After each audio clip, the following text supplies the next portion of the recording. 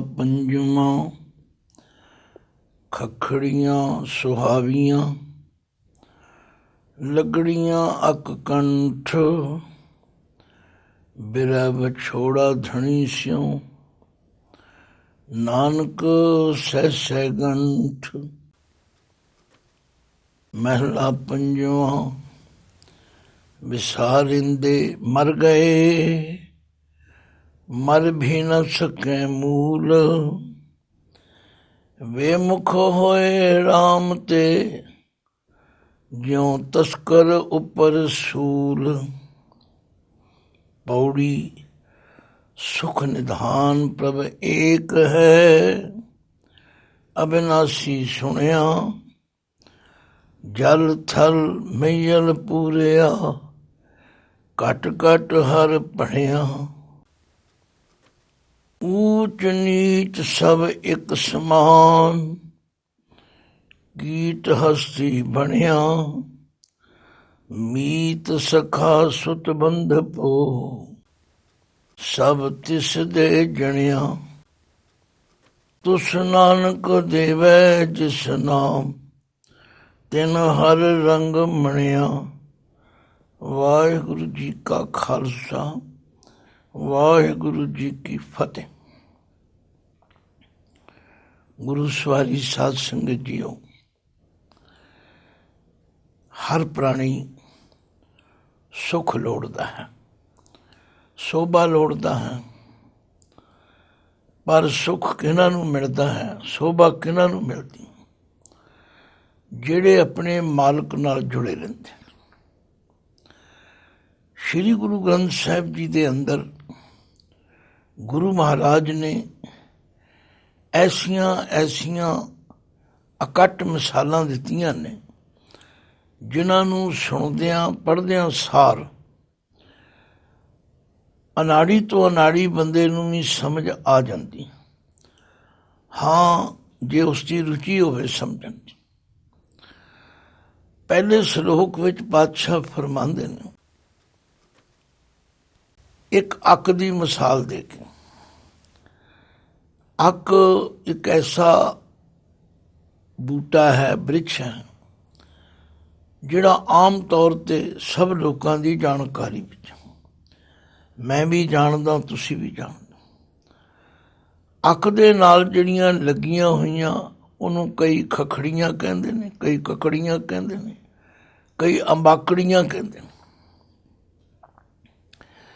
ਮਤਲਬ ਅੱਕ ਦੀਆਂ ਕਕੜੀਆਂ, ਅੱਕ ਦਾ ਉਹ ਫਲ। ਜਦੋਂ ਤੀਕਰ ਉਹ ਕਕੜੀਆਂ, ਉਹ ਖਖੜੀਆਂ ਅੱਕ ਦੇ ਗਲ ਲੱਗੀਆਂ ਰਹਿੰਦੀਆਂ।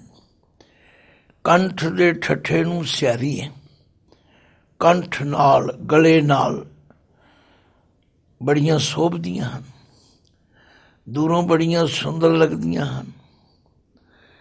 ਇੱਕ ਮਿਸਾਲ ਹੈ, ਔਰ ਇੱਕ ਐਸੀ ਮਿਸਾਲ ਹੈ ਜਿਸ ਨੂੰ ਸਮਝਣ ਵਿੱਚ ਕੋਈ ਬਹੁਤੀ ਕਠਿਨਾਈ ਦੀ ਗੱਲ ਨਹੀਂ ਹੈ। ਅੱਕ ਤੁਸੀਂ ਵੀ ਦੇਖਿਆ, ਮੈਂ ਵੀ ਦੇਖਿਆ। ਅੱਕ ਨੂੰ ਲੱਗੀਆਂ ਹੋਈਆਂ ਉਹ ਕਕੜੀਆਂ ਖਖੜੀਆਂ ਵੀ ਦੇਖੀਆਂ। ਸੱਚਮੁੱਚ ਜਦੋਂ ਤੀਕਰ ਉਹ ਅੱਕ ਦੇ ਨਾਲ ਲੱਗੀਆਂ ਰਹਿੰਦੀਆਂ ਨੇ, ਉਹਨਾਂ ਦੀ ਸੋਭਾ ਬੜੀ ਦੂਣ ਸਵਾਈ। ਪਰ ਜਦੋਂ ਉਹ ਕਖੜੀਆਂ ਅੱਕ ਨਾਲੋਂ ਟੁੱਟ ਜਾਂਦੀਆਂ, ਫਿਰ ਉਹਨਾਂ ਦੀ ਜੋ ਹਾਲਤ ਹੁੰਦੀ ਹੈ, ਉਹਨਾਂ ਦੇ ਵਿੱਚੋਂ ਹਜ਼ਾਰਾਂ ਤੁੰਬੇ ਬਣ ਕੇ ਉੱਡ ਜਾਂਦੇ ਨੇ। ਉਹਨਾਂ ਦੀ ਹੋਂਦ ਹਸਤੀ ਖਤਮ ਹੋ ਜਾਂਦੀ। ਬਾਦਸ਼ਾਹ ਇਸੇ ਤਰ੍ਹਾਂ ਸਾਨੂੰ ਪ੍ਰਾਣੀਆਂ ਨੂੰ ਪਰਮਾਤਮਾ ਨਾਲ ਜੁੜਨ ਦੀ ਪ੍ਰੇਰਨਾ ਕਰਦੇ। ਖੱਖੜੀਆਂ ਸੁਹਾਵੀਆਂ, ਲੱਗੜੀਆਂ ਅੱਕ ਕੰਠ। ਸ਼ਬਦਾਵਲੀ ਕੋਈ ਔਖੀ ਨਹੀਂ, ਪਰ ਜਿਹੜਾ ਇਸ ਦਾ ਭਾਵ ਹੈ ਉਹ ਬੜਾ ਡੂੰਘਾ। ਆਖਿਆ ਜਿਸ ਤਰ੍ਹਾਂ ਉਹ ਖਖੜੀਆਂ ਅੱਕ ਦੇ ਗਲੇ ਨਾਲ ਲੱਗੀਆਂ ਹੋਈਆਂ, ਸੁਹਾਵੀਆਂ, ਸੋਹਣੀਆਂ ਲੱਗਦੀਆਂ, ਪਰ ਕਦੋਂ ਤੱਕ? ਜਦ ਤੱਕ ਅੱਕ ਦੇ ਨਾਲ ਲੱਗੀਆਂ ਹੋਈਆਂ। ਬਿਰਹਿ ਵਿਛੋੜਾ ਧਣੀ ਸਿਉ। ਹੁਣ ਉਹਨਾਂ ਦਾ ਮਾਲਕ ਤੇ ਅੱਕ ਹੈ, ਜਿਸ ਦੇ ਨਾਲ ਉਹ ਲੱਗੀਆਂ ਸਨ, ਪਰ ਜਦੋਂ ਉਹਨਾਂ ਦਾ ਬਿਰਾ ਵਿਛੋੜਾ ਹੋ ਜਾਂਦਾ, ਟੁੱਟ ਜਾਂਦੀਆਂ ਤੇ ਫਿਰ ਉਹੀ ਕਖੜੀਆਂ ਵਿੱਚੋਂ ਤੂੰਬੇ ਬਣ ਕੇ ਉੱਡਦੇ। ਨਾਨਕ ਸਹਿ ਸਹਿ ਗੰਠ। ਇਸੇ ਤਰ੍ਹਾਂ ਜਿਹੜੇ ਜੀਵ ਇਸ ਜੀਵਨ ਦੇ ਅੰਦਰ ਪਰਮਾਤਮਾ ਨਾਲ ਜੁੜੇ ਰਹਿੰਦੇ ਹਨ, ਉਹਨਾਂ ਦਾ ਜੀਵਨ ਉਹਦੀ ਯਾਦ ਵਿੱਚ ਜੁੜ ਕੇ ਸੁਖਦਾਈ ਰਹਿੰਦਾ। ਹਰ ਕਾ ਨਾਮ ਸਦਾ ਸੁਖਦਾਈ, ਜਾ ਕੋ ਸਿਮਰ ਅਜਾਮਲ ਉਤਰਿਓ, ਗਨ ਕਾ ਹੁੰਗਤ ਪਾਈ। पंचाली को राज सभा में, राम नाम सुध्याई। ताको दुख हरियो करुणा में, अपनी पैज बढ़ाई। ਇਹੋ ਜਿਹੀਆਂ ਆਮ ਜੀਵਨ ਵਿੱਚੋਂ ਮਿਸਾਲਾਂ ਦੇ ਕੇ ਗੁਰੂ ਮਹਾਰਾਜ ਨੇ ਸਾਨੂੰ ਪਰਮਾਤਮਾ ਨਾਲ ਜੁੜਨ ਦੀ ਪ੍ਰੇਰਨਾ ਕੀਤੀ। 12ਵਾਂ ਬਾਣੀ ਅਕਸਰ ਅਸੀਂ ਪੜ੍ਹਦੇ ਹਾਂ, ਉਹਦੇ ਵਿੱਚ ਵੀ ਮਹਾਰਾਜ ਫਰਮਾਉਂਦੇ ਨੇ, ਕਿਰਤ ਕਰਮ ਕੇ ਵੀ ਛੋੜੇ, ਕਰ ਕਿਰਪਾ ਮੇਲੋ ਰਾਮ। ਚਾਰ ਕੁੰਟ ਦਾ ਦਿਸ ਭ੍ਰਮੇ, ਥਕ ਆਏ ਪ੍ਰਭ ਕੀ ਸਾਮ।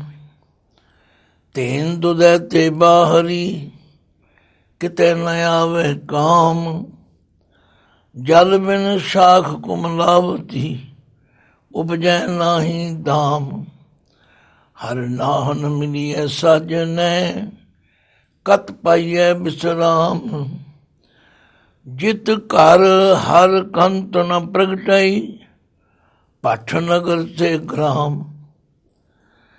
ਇਸ ਤਰ੍ਹਾਂ ਹਰ ਮਹੀਨੇ ਦੀ ਆਰੰਭਤਾ ਵਿੱਚ ਵੀ ਉਪਦੇਸ਼ ਦਿੱਤਾ। ਚੇਤ ਗੋਬਿੰਦ ਅਰਾਧੀਐ, ਹੋਵੇ ਆਨੰਦ ਘਣਾ। ਸੰਤ ਜਨਾ ਮਿਲ ਪਾਈਐ, ਰਸਨਾ ਨਾਮ ਭਣਾ। ਜਿਨ ਪਾਇਆ ਪ੍ਰਭ ਆਪਣਾ, ਆਏ ਤਿਸੈ ਗਣਾ। ਇੱਕ ਖਿਨ ਤਿਸ ਬਿਨ ਜੀਵਣਾ, ਬਿਰਥਾ ਜਨਮ ਜਣਾ। ਗੱਲ ਕੀ ਇਹ ਸਾਰੀਆਂ ਮਿਸਾਲਾਂ, ਕਿਧਰੇ ਗਊ ਦੀ ਮਿਸਾਲ, ਕਿਧਰੇ ਖੇਤੀ ਦੀ ਫਸਲ ਦੀ ਮਿਸਾਲ, ਇਹ ਸਭ ਮਿਸਾਲਾਂ ਦੇਣ ਦਾ ਮਤਲਬ ਇਹ ਹੈ ਕਿ ਸਾਨੂੰ ਸਮਝ ਆ ਜਾ।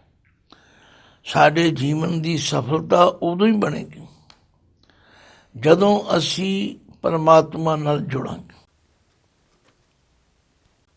ਭਗਤ ਕਬੀਰ ਜੀ ਨੇ ਵੀ ਫਰਮਾਇਆ, ਆਖਿਆ ਗੁਰ ਸੇਵਾ ਤੇ ਭਗਤ ਕਮਾਈ, ਤਬ ਇਹ ਮਾਨਸ ਦੇ ਹੀ ਪਾਈ।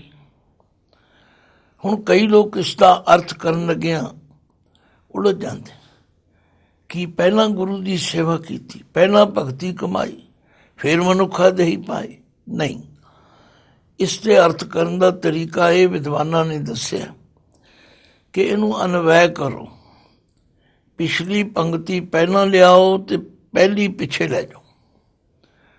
ਤਬ ਇਹ ਮਾਨਸ ਦੇਹੀ ਪਾਈ, ਗੁਰ ਸੇਵਾ ਤੇ ਭਗਤ ਕਮਾਈ। ਜੇ ਗੁਰੂ ਦੀ ਸੇਵਾ ਕਰਕੇ ਪਰਮਾਤਮਾ ਦੀ ਭਗਤੀ ਕੀਤੀ, ਫਿਰ ਇਹ ਮਨੁੱਖਾ ਦੇਹੀ ਪਾਈ, ਸਫਲ ਜਾਣੋ। ਕਿਉਂਕਿ ਦੇਹੀ ਬੜੀ ਕੀਮਤੀ ਹੈ, ਦੁਰਲਭ ਹੈ। ਇਸ ਦੇਹੀ ਕੋ ਸਿਮਰੈ ਦੇਵ, ਸੋ ਦੇਹੀ ਭਜ ਹਰ ਕੀ ਸੇਵ। ਭਜੋ ਗੋਬਿੰਦ ਭੂਲ ਮਤ ਜਾ, ਮਾਨੁष ਜਨਮ ਕਾ ਇਹੀ ਲਾਹੁ। ਅਬ ਨਾ ਭਜਸ ਭਜਸ ਕਬ ਭਾਈ, ਆਵੇ ਅੰਤ ਨ ਭਜਿਆ ਜਾਈ। ਤੋ ਇਸ ਤਰ੍ਹਾਂ ਦੀਆਂ ਆਮ ਜੀਵਨ ਦੀਆਂ ਮਿਸਾਲਾਂ ਦੇ ਕੇ ਸਾਨੂੰ ਪਰਮਾਤਮਾ ਨਾਲ ਜੁੜਨ ਦੀ ਪ੍ਰੇਰਨਾ ਕੀਤੀ। ਤੋ ਫਰਮਾਇਆ, ਖਖੜੀਆਂ ਸੁਹਾਵੀਆਂ, ਲਗੜੀਆਂ ਅਕ ਕੰਠ। ਹੁਣ ਕੋਈ ਜਾਣ ਬੁੱਝ ਕੇ ਕਹੇ ਜੀ ਮੈਨੂੰ ਸਮਝ ਨਹੀਂ ਆਈ, ਉਹਨੂੰ ਤੇ ਕੁਝ ਸਮਝਾ ਨਹੀਂ ਸਕਦਾ। ਪਰ ਜਿਸ ਨੂੰ ਥੋੜ੍ਹੇ ਜਿਹੇ ਧਿਆਨ ਦੀ ਲੋੜ ਹੈ, ਉਹ ਫਟ ਸਮਝ ਜਾਏ। ਬਿਰਾ ਵਿਛੋੜਾ ਧਣੀ ਸਿਉ, ਨਾਨਕ ਸਹਿਜ ਕੰਠ। ਜਿਵੇਂ ਉਸ ਖਖੜੀਆਂ ਨੂੰ ਅੱਕ ਨਾਲੋਂ ਟੁੱਟ ਕੇ ਉਹਨਾਂ ਦਾ ਹਸ਼ਰ ਹੋਇਆ। ਇਸੇ ਤਰ੍ਹਾਂ ਜਿਹੜੇ ਜੀਵ ਪਰਮਾਤਮਾ ਤੋਂ ਟੁੱਟ ਜਾਣਗੇ ਉਹਨਾਂ ਲਈ ਹਜ਼ਾਰਾਂ ਹੀ ਜੂਨੀਆਂ ਫਿਰ ਤਿਆਰ ਨੇ। ਜੰਮ ਜੰਮ ਮਰੇ ਮਰੇ ਫਿਰ ਜੰਮੇ, ਬਹੁਤ ਸਜਾਏ ਪਿਆ ਦੇਸ਼ ਲੰਮੇ। ਤੋ ਇਸ ਤਰ੍ਹਾਂ ਗੁਰੂ ਪਾਤਸ਼ਾਹ ਨੇ ਇਸ 2 ਪੰਕਤੀਆਂ ਦੇ ਸ਼ਲੋਕ ਰਾਹੀਂ ਸਾਨੂੰ ਸਾਵਧਾਨ ਕਰਨ ਦਾ ਯਤਨ ਕੀਤਾ। ਮਹਿਲਾ ਪੰਜਵਾਂ, ਵਿਸਾਰਿੰਦੇ ਮਰ ਗਏ, ਮਰ ਭੇ ਨ ਸਕੈ ਮੂਲ। ਆਖਿਆ ਜਿਹੜੇ ਪਰਮਾਤਮਾ ਨੂੰ ਭੁੱਲ ਜਾਂਦੇ ਨੇ, ਸਮਝ ਲਓ ਉਹ ਆਤਮਕ ਮੌਤ ਮਰ ਗਏ। ਪਰ ਕਮਾਲ ਦੀ ਗੱਲ ਹੈ, ਮਰ ਕੇ ਵੀ ਨਹੀਂ ਮਰੇ। ਕਿਉਂ? ਵੇਮੁਖ ਹੋਏ ਰਾਮ ਤੇ ਜਿਉਂ ਤਸਕਰ ਉੱਪਰ ਸੂਲ। ਜਿਹੜੇ ਪਰਮੇਸ਼ਵਰ ਤੋਂ ਬੇਮੁਖ ਹੋ ਜਾਂਦੇ ਨੇ ਉਹ ਨਾ ਜਿਉਂਦਿਆਂ ਵਿੱਚ ਨਾ ਮਰਦਿਆਂ ਵਿੱਚ, ਭਾਵ ਉਹਨਾਂ ਨੂੰ ਹਰ ਵੇਲੇ ਵਿਛੋੜੇ ਦੀਆਂ ਸੂਲਾਂ ਚੁਭਦੀਆਂ ਹਨ। ਉਹ ਹਰ ਵੇਲੇ ਪੀੜਤ ਹੁੰਦੇ ਹਨ।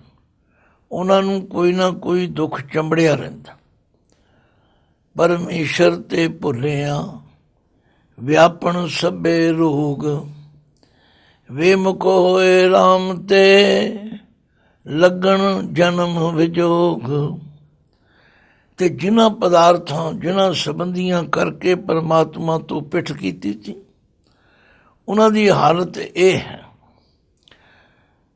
ਛੱਡ ਖੜੋ ਤੇ ਖਿਨੇ ਮਾਏ, ਜਿਨ ਚੋਂ ਲੱਗਾ ਹੇਤ।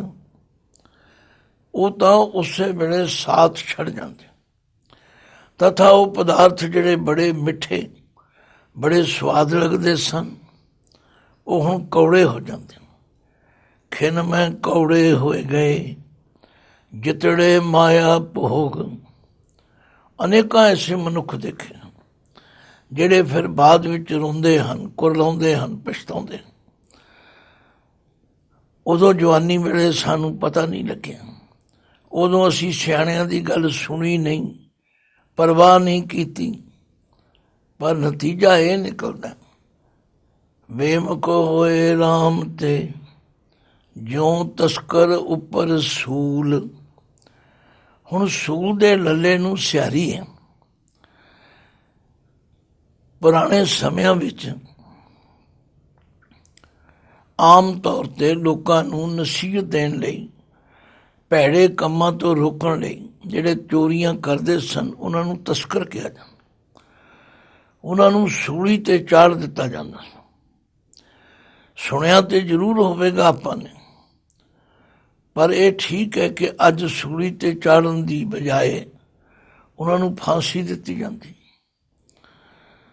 ਜਦੋਂ ਉਹ ਗਲਤ ਕੰਮ ਕਰਦੇ ਨੇ ਉਦੋਂ ਤੇ ਉਹ ਬੇਪਰਵਾਹ ਹੋ ਕੇ ਕਰ ਦਿੰਦੇ, ਪਰ ਫਿਰ ਜਦੋਂ ਉਹਨਾਂ ਨੂੰ ਉਹਦੀ ਸਜ਼ਾ ਮਿਲਦੀ ਉਹ ਫਿਰ ਬੜੇ ਪੀੜਤ ਹੁੰਦੇ।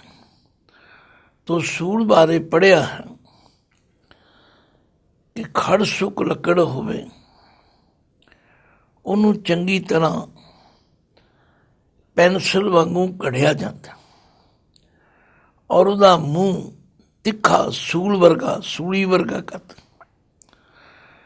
ਤੇ ਜਿਸ ਨੂੰ ਸੂਲੀ 'ਤੇ ਚਾੜ੍ਹਨਾ ਹੁੰਦਾ ਉਹਨੂੰ ਫਿਰ ਉਹਦੇ ਉੱਤੇ ਬਿਠਾ ਦਿੰਦੇ। ਜਰਾ ਅਹਿਸਾਸ ਕਰੋ ਉਸ ਵੇਲੇ ਕਿੰਨੀ ਤਕਲੀਫ ਹੁੰਦੀ। ਉਹ ਸੂਲੀ ਦਾ ਮੂੰਹ ਇਤਨਾ ਤਿੱਖਾ ਹੁੰਦਾ ਕਿ ਉਹਦੇ ਉੱਤੇ ਬਹਿੰਦਿਆਂ ਸਾਰ ਉਹਦੇ ਸਰੀਰ ਨੂੰ ਪਾੜ ਕੇ ਉਹ ਸੂਲੀ ਅੰਦਰ ਧੱਸ ਜਾਂਦੀ। ਲੋਕ ਦੇਖਦੇ ਹਨ ਤੇ ਉਹ ਸੂਲੀ 'ਤੇ ਚੜ੍ਹਿਆ ਹੋਇਆ ਤੜਫਦਾ, ਪਰ ਕੋਈ ਉਸ ਵੇਲੇ ਉਸ ਦੀ ਇਮਦਾਦ ਨਹੀਂ ਕਰ ਸਕਦਾ, ਕਿਉਂਕਿ ਰਾਜੇ ਨੇ ਉਸ 'ਤੇ ਕੀਤੇ ਹੋਏ ਗੁਨਾਹ ਦੀ ਉਹਨੂੰ ਸਜ਼ਾ ਦਿੱਤੀ। ਮਹਾਰਾਜ ਕਹਿੰਦੇ ਨੇ ਇਸੇ ਤਰ੍ਹਾਂ ਜਿਹੜੇ ਬੰਦੇ ਪਰਮਾਤਮਾ ਨੂੰ ਜੀਵਨ ਵਿੱਚ ਭੁੱਲ ਜਾਂਦੇ ਨੇ, ਅਸਲ ਵਿੱਚ ਉਦੋਂ ਹੀ ਮਰ ਗਏ ਨੇ। ਉਹਨਾਂ ਦੀ ਆਤਮਿਕ ਮੌਤ, ਇਖਲਾਕੀ ਮੌਤ ਤੇ ਉਦੋਂ ਹੀ ਹੋ ਗਈ। ਸਰੀਰਕ ਮੌਤ ਜਿਹੜੀ ਹੈ ਉਹਨਾਂ ਦੀ ਫਿਰ ਉਸ ਤੋਂ ਵੀ ਬੁਰੀ ਹੁੰਦੀ। ਬੜੇ ਲੋਕ ਦੇਖੇ ਨੇ, ਜਵਾਨੀ ਵੇਲੇ ਨਸ਼ੇ ਕਰਨਗੇ, ਐਬ ਕਰਨਗੇ, ਜੇ ਉਹਨਾਂ ਨੂੰ ਸਮਝਾਉਣ, ਪ੍ਰੇਰਨ, ਰੋਕਣ ਦਾ ਯਤਨ ਕਰੋ, ਛੱਡੋ ਬਾਬਾ ਜੀ ਤੁਹਾਨੂੰ ਇਹਦਾ ਕੀ ਪਤਾ, ਤੁਸੀਂ ਕਿਹੜਾ ਕਰਕੇ ਦੇਖਿਆ। ਪਰਮਾਤਮਾ ਨਾ ਹੀ ਕਰਾਵੇ, ਪਰ ਉਹ ਸੁਣਦੇ ਨਹੀਂ ਉਸ ਵੇਲੇ, ਅਸਲ ਵਿੱਚ ਉਹ ਮਰੇ ਹੋਏ ਹਨ। ਪਰ ਧੰਨ ਗੁਰੂ ਅਰਜਨ ਦੇਵ ਪਾਤਸ਼ਾਹ ਕਹਿੰਦੇ ਨੇ ਵਿਸਾਰਿੰਦੇ ਮਰ ਗਏ। ਜਦੋਂ ਉਹਨਾਂ ਨੇ ਰੱਬ ਨੂੰ ਭੁਲਾਇਆ ਸੀ ਅਸਲ ਤੇ ਉਦੋਂ ਹੀ ਮਰ ਗਏ ਸੀ। ਪਰ ਮਰ ਭੈ ਨ ਸਕੈ ਮੂਲ, ਫਿਰ ਵੀ ਉਹ ਮਰ ਨਹੀਂ ਸਕੇ, ਕਿਉਂਕਿ ਹੁਣ ਉਹਨਾਂ ਨੇ ਆਪਣੇ ਕੀਤੇ ਹੋਏ ਕੁਕਰਮਾਂ ਦੀ ਸਜ਼ਾ ਭੁਗਤਣੀ। ਦੇਵੇ ਮੁਖ ਹੋਏ ਰਾਮ ਤੇ, ਜਿਉਂ ਤਸਕਰ ਉੱਪਰ ਸੂਲ। ਜਿਵੇਂ ਚੋਰ ਨੂੰ ਸੂਲੀ ਉੱਤੇ ਚਾੜਿਆ ਜਾਂਦਾ ਔਰ ਉਹ ਸੂਲੀ ਉਹਦੇ ਪੇਟ ਵਿੱਚ ਧਸ ਜਾਂਦੀ ਹੈ, ਫਿਰ ਉਹ ਤੜਫਦਾ। ਲੋਕ ਤਾੜੀਆਂ ਵਜਾਉਂਦੇ ਨੇ, ਲੋਕ ਉਸ ਨੂੰ ਨੱਚਦਿਆਂ ਵੇਖ ਕੇ ਖੁਸ਼ ਹੁੰਦੇ ਨੇ, ਪਰ ਨਾਲ ਹੀ ਇਹ ਕਹਿੰਦੇ ਨੇ ਇਸ ਤੇ ਕੀਤੇ ਹੋਏ ਦਾ ਫਲ। ਸੱਚਮੁੱਚ ਇਸੇ ਤਰ੍ਹਾਂ ਗੁਰੂ ਕੀ ਬਾਣੀ ਸਾਨੂੰ ਸਾਵਧਾਨ ਕਰ, ਐਸਾ ਕੰਮ ਮੂਲੇ ਨਾ ਕੀਚੈ, ਜਿਤ ਅੰਤ ਪਛੋਤਾਈਐ। ਕੀ ਕਰੋ? ਸਤਿਗੁਰੂ ਕਾ ਉਪਦੇਸ਼ ਸੁਣ ਤੂੰ, ਹੋਵੈ ਤੇਰੇ ਨਾਲੇ। ਕਹਿ ਨਾਨਕ ਮਨ ਪਿਆਰੇ, ਤੂੰ ਸਦਾ ਸੱਚ ਸੰਭਾਲੇ। ਤੋ ਇਹ ਦੋ ਸ਼ਲੋਕ ਦੋ ਪੰਕਤੀਆਂ ਦੇ ਹਨ, ਪਰ ਕਿਤਨੀ ਵੱਡੀ ਸਿੱਖਿਆ ਹੈ। ਇਹਨੂੰ ਧਿਆਨ ਨਾਲ ਪੜ੍ਹੀਏ, ਸੁਣੀਏ, ਵਿਚਾਰੀਏ ਤੇ ਕੰਠ ਕਰਕੇ ਆਪਣੇ ਹਿਰਦੇ ਤੇ ਲਿਖ ਲਈ। ਯਤਨ ਕਰੀ, ਆਪਣਾ ਨਿਤਨੇਮ ਨਾ ਭੁੱਲੀਏ, ਪਰਮਾਤਮਾ ਦਾ ਸਿਮਰਨ ਕਰਨਾ ਨਾ ਭੁੱਲੀਏ। ਠੀਕ ਹੈ, ਜਿਸ ਮਾਲਕ ਨੇ ਖਾਣਾ ਪੀਣਾ ਹੱਸਣਾ ਸੌਣਾ ਦਿੱਤਾ, ਪਾਤਸ਼ਾਹ ਤੇ ਬੜੇ ਦਿਲ ਟੁੰਬਵੇਂ ਤਰੀਕੇ ਨਾਲ ਸਮਝਾਉਂਦੇ ਨੇ। ਕਹਿੰਦੇ ਨੇ ਪਿਆਰਿਓ, ਹਮ ਆਦਮੀ ਹਾਂ ਇੱਕਦਮੀ, ਮੋਲਤ ਮੋਤ ਨ ਜਾਣਾ। ਨਾਨਕ ਬਿਨ ਵੈ ਤਿਸੈ ਚਰੇਵੋ, ਜਾ ਕੇ ਜੀ ਪਰਾਣਾ। ਆਖਿਆ ਸਾਡਾ ਨਾਮ ਹੈ ਆਦਮੀ, ਦਮ ਆਇਆ ਤੇ ਆਦਮੀ।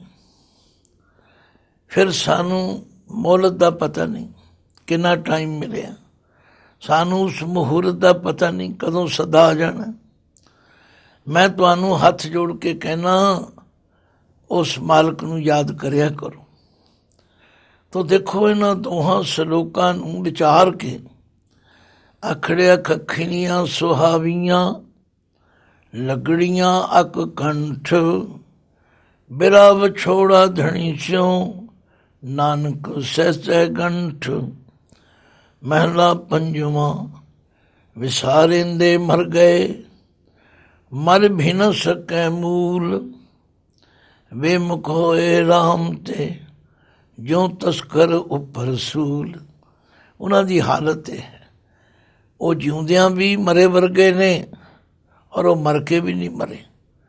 ਭਾਵ ਉਹਨਾਂ ਨੂੰ ਆਪਣੇ ਕੀਤੇ ਹੋਏ ਕਰਮਾਂ ਦਾ ਫਲ ਭੁਗਤਣਾ ਹੀ ਪੈਂਦਾ। ਫਿਰ ਪਾਤਸ਼ਾਹ ਪੌੜੀ ਵੀ ਸਮਝਾਉਂਦੇ, ਸੁਖ ਨਿਧਾਨ ਪ੍ਰਭ ਏਕ ਹੈ, ਅਬਨਾਸੀ ਸੁਣਿਆ। ਆਖਿਆ ਭਾਈ ਅਸੀਂ ਤਾਂ ਸੁੱਖਾਂ ਦਾ ਖਜ਼ਾਨਾ ਇੱਕੋ ਇੱਕ ਹੈ ਪਰਮਾਤਮਾ, ਔਰ ਉਹ ਅਬਨਾਸੀ ਹੈ, ਜਿਹੜਾ ਕਦੇ ਨਾਸ ਨਹੀਂ ਹੁੰਦਾ। ਦੁਨੀਆ ਅੰਦਰ ਜਿਤਨੇ ਸੁੱਖ ਹਨ ਉਹ ਛਿਨ ਭੰਗਰ ਹਨ। ਖਾਣ ਦਾ ਸੁੱਖ ਖਾਣ ਲਈ ਤਥਾ ਖਾਣ ਤੱਕ, ਦੇਖਣ ਦਾ ਸੁੱਖ ਦੇਖਣ ਤੱਕ, ਸੁਣਨ ਦਾ ਸੁਣਨ ਤੱਕ। ਹੌਲੀ ਹੌਲੀ ਇਹ ਸਾਰੇ ਸੁੱਖ ਦੁੱਖ ਰੂਪ ਹੋ ਜਾਂਦੇ। ਪਰ ਇੱਕ ਪਰਮਾਤਮਾ ਐਸਾ ਹੈ ਜਿਹੜਾ ਸੁੱਖਾਂ ਦਾ ਖਜ਼ਾਨਾ। ਇਸੇ ਲਈ ਮਹਾਰਾਜ ਕਹਿੰਦੇ ਨੇ, ਦੁੱਖ ਭੰਜਨ ਤੇਰਾ ਨਾਮ ਜੀ, ਦੁੱਖ ਭੰਜਨ ਤੇਰਾ ਨਾਮ। ਆਠ ਪੈਰ ਆਰਾਧੀਐ, ਪੂਰਨ ਸਤਿਗੁਰ ਗਿਆਨ। ਉਸ ਮਾਲਕ ਨੂੰ ਸਦਾ ਚੇਤੇ ਕਰੀ। ਸੁਖ ਨਿਧਾਨ ਪ੍ਰਭ ਏਕ ਹੈ, ਅਬਿਨਾਸੀ ਸੁਣਿਆ। ਜਲ ਥਲ ਮਈਅਰ ਪੂਰਿਆ, ਘਟ ਘਟ ਹਰ ਭਣਿਆ। ਫਿਰ ਕਈ ਕਹਿਣਗੇ ਰੱਬ ਕਿੱਥੇ ਹੈ ਜੀ? ਮਹਾਰਾਜ ਕਹਿੰਦੇ ਨੇ ਜਲ ਥਲ ਮਈਅਲ ਪੂਰਿਆ। ਦੇਖੋ ਜਲ ਦੇ ਲੱਲੇ ਨੂੰ ਸਿਆਰੀ ਹੈ, ਥਲ ਦੇ ਲੱਲੇ ਨੂੰ ਸਿਆਰੀ ਹੈ। ਮਹੀ ਕਹੀਏ ਧਰਤੀ, ਅਲ ਕਹੀਏ ਆਕਾਸ਼। ਕਿੱਥੇ ਨਹੀਂ ਮੇਰਾ ਉਹ ਮਾਲਕ? ਜਲ ਥਲ ਮਈਅਲ ਪੂਰਿਆ, ਘਟ ਘਟ ਹਰ ਭਣਿਆ। ਉਹ ਤਾਂ ਹਰ ਹਿਰਦੇ ਵਿੱਚ ਮੌਜੂਦ ਹੈ। ਘਟ ਘਟ ਮੈਂ ਹਰ ਜੂ ਬਸੈ, ਸੰਤਨ ਕਹਿਓ ਪੁਕਾਰ। ਕਉ ਨਾਨਕ ਤੇ ਭਜ ਮਨਾ, ਭਉ ਨਿਦੇ ਉਤਰੈ ਪਾਰ। ਫਿਰ ਊਚ ਨੀਚ ਸਭ ਇੱਕ ਸਮਾਨ, ਕੀਟ ਹਸਤੀ ਬਣਿਆ। ਆਖਿਆ ਪਰਮਾਤਮਾ ਉੱਚਿਆਂ ਵਿੱਚ, ਨੀਵਿਆਂ ਵਿੱਚ, ਹਾਥੀ ਵਿੱਚ ਤੇ ਕੀੜੇ ਵਿੱਚ, ਸਭ ਜਗ੍ਹਾ ਤੇ ਇੱਕ ਸਮਾਨ ਹੈ, ਕੋਈ ਅੰਤਰ ਨਹੀਂ। ਇਹ ਸਭ ਅੰਤਰ ਅਸੀਂ ਪਾਏ ਹੋਏ। ਪਰਮਾਤਮਾ ਤੇ ਸਭ ਜੀਆਂ ਦੇ ਅੰਦਰ ਇੱਕੋ ਜਿਹਾ ਵਰਤ। ਊਚ ਨੀਚ ਸਭ ਇੱਕ ਸਮਾਨ, ਕੀਟ ਹਸਤੀ ਬਣਿਆ। ਮੀਤ ਸਖਾ ਸੁਤ ਬੰਦਪੋ, ਸਭ ਤਿਸਦੇ ਜਣਿਆ। ਇਹ ਜਿੰਨੇ ਮਿੱਤਰ ਹਨ, ਜਿੰਨੇ ਸਖਾ ਹਨ, ਇਹ ਪੁੱਤਰ, ਇਹ ਬੰਦਪ ਰਿਸ਼ਤੇਦਾਰ, ਇਹ ਸਭ ਨੇ ਉਸਨੇ ਹੀ ਪੈਦਾ ਕੀਤੇ ਹਨ। ਤਿਸਦੇ ਜਣਿਆ ਭਾਵ ਉਹਦੇ ਉੱਤੋਂ ਹੀ, ਉਹਦੇ ਹੁਕਮ ਵਿੱਚ ਹੀ ਜਨਮੇ ਹਨ, ਉਹਦੇ ਹੀ ਪੈਦਾ ਕੀਤੇ ਹੋਏ ਹਨ। ਤੁਸ ਨਾਨਕ ਦੇਵੈ ਜਿਸ ਨਾਮ, ਤਿਨ ਹਰ ਰੰਗ ਬਣਿਆ। ਹੁਣ ਇੱਥੇ ਨਾਨਕ ਦੇ ਕੱਕੇ ਨੂੰ ਔਂਕੜ ਹੈ। ਇਹ ਨਾਨਕ ਜੀ ਆਪਣੇ ਲਈ ਕਹਿ ਰਹੇ ਨੇ, ਤੁਸ ਨਾਨਕ ਦੇਵੈ ਜਿਸ ਨਾਮ। ਨਾਨਕ ਜੀ ਫਰਮਾਉਂਦੇ ਨੇ ਜਿਸ ਨੂੰ ਉਹ ਪਰਮਾਤਮਾ ਟੁੱਟ ਕੇ ਆਪਣੇ ਨਾਮ ਦੀ ਦਾਤ ਬਖਸ਼ੇ, ਤਿੰਨ ਹਰ ਰੰਗ ਮਣਿਆ। ਮਣਿਆ ਦਾ ਮਤਲਬ ਮਾਣਿਆ। ਕਈ ਵਾਰੀ ਜਦੋਂ ਕਵਿਤਾ ਦਾ ਤੁਕਾਂਤ ਮਿਲਣਾ ਹੁੰਦਾ, ਫਿਰ ਸ਼ਬਦ ਦੇ ਉਹਦਾ ਤੁਕਾਂਤ ਮਿਲਣ ਲਈ ਸਰੂਪ ਬਦਲਿਆ ਜਾਂਦਾ, ਕਿਉਂਕਿ ਉੱਤੇ ਸੁਣਿਆ ਆਇਆ, ਪੜ੍ਹਿਆ ਆਇਆ, ਜਣਿਆ ਆਇਆ, ਬਣਿਆ ਆਇਆ, ਇਸ ਲਈ ਇੱਥੇ ਮਣਿਆ ਆਇਆ। ਤੁਸ ਨਾਨਕ ਦੇਵੈ ਜਿਸ ਨਾਮ। ਜਿਸ ਨੂੰ ਉਹ ਮਾਲਕ ਆਪ ਟੁੱਟ ਕੇ ਆਪਣਾ ਨਾਮ ਬਖਸ਼ੇ। ਜਿਸ ਨੂੰ ਤੂੰ ਜਾਣਾ ਏ ਸੋਈ ਜਨ ਜਾਣੈ, ਹਰ ਗੁਣ ਸਦ ਹੀ ਆਖ ਵਖਾਣੇ। ਜਿਨ ਹਰ ਸੇਵਿਆ ਤਿਨ ਸੁਖ ਪਾਇਆ, ਸਹਿਜੇ ਹੀ ਹਰ ਨਾਮ ਸਮਾਇਆ। ਆਓ ਗੁਰੂ ਕੇ ਬਚਨਾਂ ਤੋਂ ਪ੍ਰੇਰਨਾ ਲਈਏ, ਔਰ ਪ੍ਰੇਰਨਾ ਲੈ ਕੇ ਜਿੱਥੇ ਹੋਰ ਸੰਸਾਰ ਦੇ ਕੰਮ ਕਰਨੇ ਨੇ, ਉੱਥੇ ਉਸ ਪਰਮਾਤਮਾ ਦਾ ਸਿਮਰਨ ਕਰੀਏ, ਔਰ ਉਹਨੂੰ ਉੱਠਦਿਆਂ, ਬਹਿੰਦਿਆਂ, ਤੁਰਦਿਆਂ, ਫਿਰਦਿਆਂ ਹਰ ਵੇਲੇ ਚੇਤੇ ਰੱਖੀਏ। ਇਹ ਹੈ ਗੁਰਬਾਣੀ ਦੀ ਪ੍ਰੇਰਨਾ ਤੇ ਸਿੱਖਿਆ। ਵਾਹਿਗੁਰੂ ਜੀ ਕਾ ਖਾਲਸਾ, ਵਾਹਿਗੁਰੂ ਜੀ ਕੀ ਫਤਿਹ।